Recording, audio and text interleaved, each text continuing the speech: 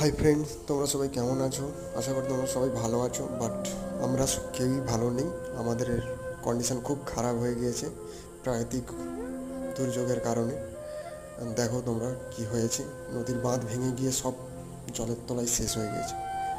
কিছু বলার নেই। দেখো তোমরা, তোমাদেরকে দেখানোর জন্যই আমি ভিডিও করেছি, বাট কিছু বলার নেই, সব শেষ।